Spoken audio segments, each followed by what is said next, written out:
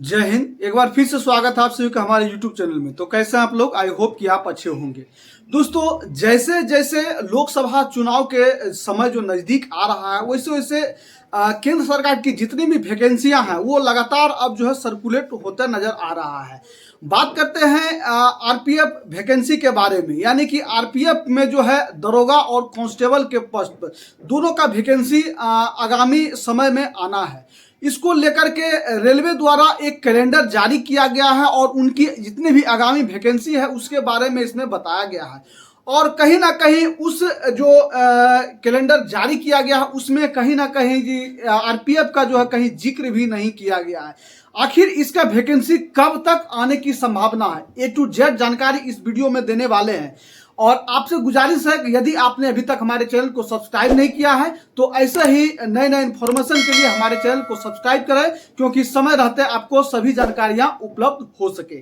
तो चलिए इस वैकेंसी के बारे में पूरा डिटेल देख लेते हैं। तो सबसे पहले इस वैकेंसी के बारे में देखिए कि इसमें टोटल पोस्ट की चर्चा जो पहले आज से एक महीना पहले एक जो रेलवे द्वारा शॉर्ट नोटिस जारी किया गया था उसमें जो पोस्ट की संख्या बताया गया था आरपीएफ कांस्टेबल और एसआई का, उसमें लमसम जो है 2000 आपका कांस्टेबल का सीट रहने वाला था और वहीं 250 सीट जो है आपका एसआई का सीट इसमें रहने वाला था। जैसे कि एएलपी में आपने देखा कि बहुत ही कम पोस्ट पर वैकेंसी निकाला गया था, तो इसको लेकर के सभी छात्र जो है आंदोलन कर रहे थे। तो कहीं ना कहीं अब जो है उसमें भी सीट बढ़ते नजर आ रहा है। उसी प्रकार से यदि इसमें जो पहले शॉर्ट नोटिस में बताया गया था 2000 कांस्टेबल का और 250 जो आपका एसआई का पोस्ट, इसमें भी बढ़कर आगे आगामी में वैकेंसी आने वाला है।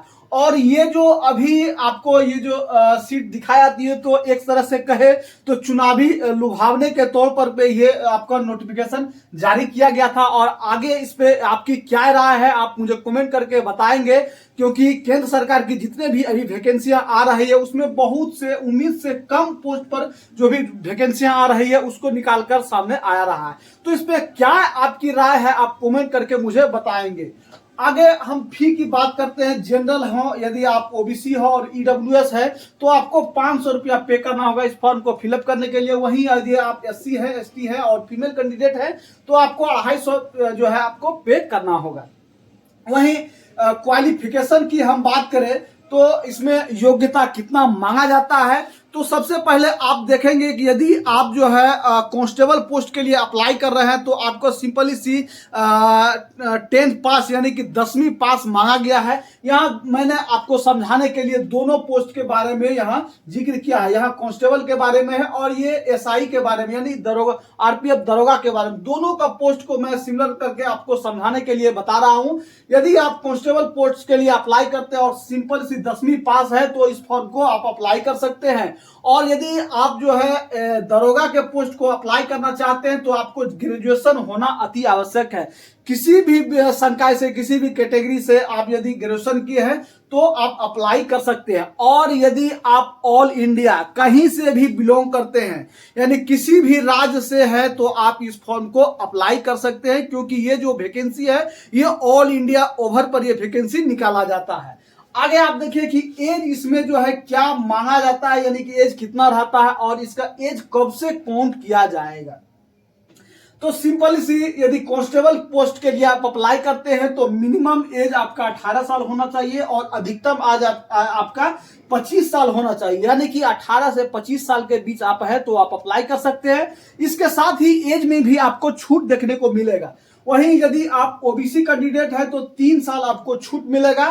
तो 25 से 3 आपका 28 साल तक आप अप्लाई कर सकते हैं। और वहीं एससी एसटी कैंडिडेट है तो 5 साल आपको छूट मिलेगा, यानी कि 25-30 साल तक आप इस फॉर्म को अप्लाई कर सकते हैं। और वही कोरोना काल को देखते हुए जैसे एएलपी में जो 3 साल का एक्स्ट्रा छूट दिया गया है, उसी तरह रेलवे की या केंद्र सरकार की जितनी भी वैकेंसियां आ रही है तो उसको मद्देनजर देखते हुए 3 साल का एक्स्ट्रा छूट और दिया जा रहा है।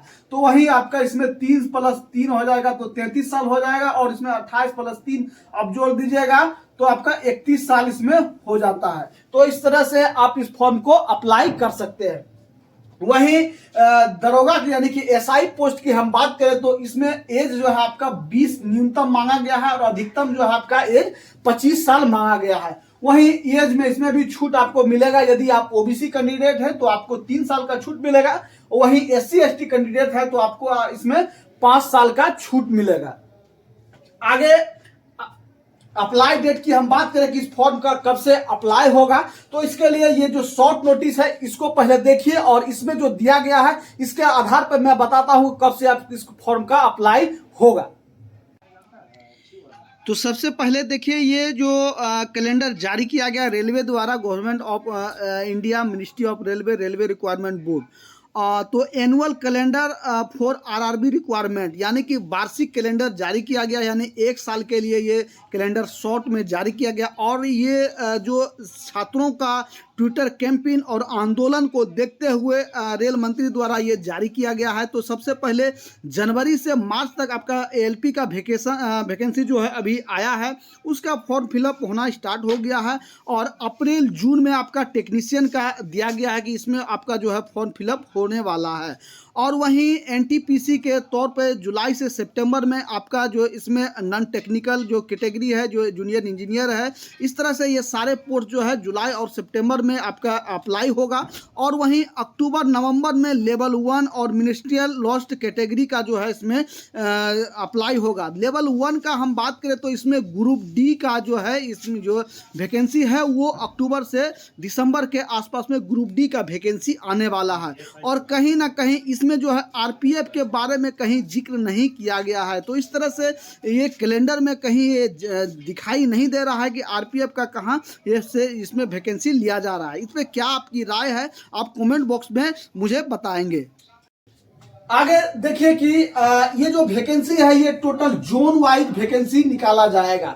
तो रेलवे में जितने भी जोन है सभी जोन से अलग अलग जो है पोस्ट पे वैकेंसी निकाला जाएगा। जैसे कि अभी आपने फिलहाल एएलपी के बारे में देखे होंगे तो सभी जोन में थोड़ा थोड़ा बांट दिया गया। इसमें लमसम समथिंग जो है 5000 के आसपास इसमें सीट निकाला गया है। तो इसमें थोड़ा थोड़ा कहीं जो है किसी जोन में 30 सीट निकाला गया है, किसी जोन में 40 सीट है, किसी में 100 है। इस तरह से सभी जोन का जो है इसमें बांट दिया गया है। तो इसमें तो मात्र जो है 2000 पे अभी तक जो शॉर्ट नोटिस निकाला गया था, तो 2000 पोस्ट से दिया जा रहा था। तो बहुत ही जो जितने भी जोन है उसमें बहुत ही कम वैकेंसी आपको देखने को मिल सकता है। आगे सिलेक्शन प्रोसेस की हम बात करें कि इसमें सिलेक्शन कैसे होता है, तो सबसे पहले आपका रिटन टेस्ट लिया जाएगा। इसके बाद आपका पीईटी और पीएमटी टेस्ट लिया जाएगा। पीईटी मतलब जो फिजिकल एफिशिएंसी टेस्ट हो गया और पीएमटी मतलब फिजिकल मेजरमेंट, यानी कि पीईटी में दौड़ रनिंग लिया जाएगा और चेस्ट हाइट जो नापा जाता है वो मेजरमेंट के तौर पर उसमें जो है टेस्ट लिया जाता है। इसके बाद डीवी और मेडिकल इसमें होगा। आगे हम इसके सिलेबस की हम बात करें कि इसमें सिलेबस में क्या क्या क्वेश्चन पूछा जाता है, कैसा क्वेश्चन पूछा जाता है। तो सबसे पहले सिलेबस कांस्टेबल का देख लीजिए कि कांस्टेबल का सिलेबस में क्या पूछा जाता है। तो आपको जो है 120 का क्वेश्चन टोटल रहेगा और वही 120 मार्क का टोटल नंबर रहेगा और आपको 90 मिनट का समय दिएगा। और इसमें जो है 1/3 जो है निगेटिव मार्किंग भी देखने को मिलेगा। और ये जो एग्जाम होगा वो सीबीटी आपका एग्जाम होगा, यानी कि कंप्यूटर बेस्ड टेस्ट दिया जाएगा, यानी कंप्यूटर पे आपको एग्जाम देना है। और रीजनिंग से आपका 35 क्वेश्चन रहने वाला है, मैथ से आपका 35 क्वेश्चन रहने वाला है और जीके और जीएस से जो है 50 क्वेश्चन इसमें रहने वाला है। जीएस में आपको साइंस से क्वेश्चन रहेगा, इसमें जो फिजिक्स, केमिस्ट्री, मैथ्स, इसमें भी जो आपका 20 से 25 क्वेश्चन रहने वाला है। और ये जो सिलेबस है ये कांस्टेबल का सिलेबस है और सेम सिलेबस जो है इसी का सेम टू कॉपी जो है आपका एसआई में भी सिलेबस रहता है। तो इसमें थोड़ा मोड़ा क्वेश्चन का जो पैटर्न है हल्का चेंज रहता है, लेकिन टोटल वही रीजनिंग से आपका 35 क्वेश्चन रहेगा और मैथ से भी इसमें 35 क्वेश्चन रहेगा और जीके जीएस से भी इसमें 50 क्वेश्चन पूछा जाएगा। तो सेम इसमें भी जो है आपका सिलेबस रहने वाला है। आगे आप देखेंगे पीटी का इसमें कैसे कैसे क्या पूछा जाता है, सॉरी पीटी में कैसे इसका एग्जाम होता है, यानी कि दौड़ और हाइट चेस्ट कैसे मापा जाता है। तो सबसे पहले कांस्टेबल के बारे में देखेंगे कि पीटी कैसे लिया जाता है। तो आपका हाइट जो है मिनिमम 1.65 सेंटीमीटर मेल के लिए होना चाहिए, वही फीमेल कैंडिडेट है तो 1.57 सेंटीमीटर इसमें होना चाहिए। और वही चेस्ट की हम बात करें तो 80 से 85 सेंटीमीटर मेल का होना चाहिए और फीमेल में इसका रिक्वायर्ड नहीं है।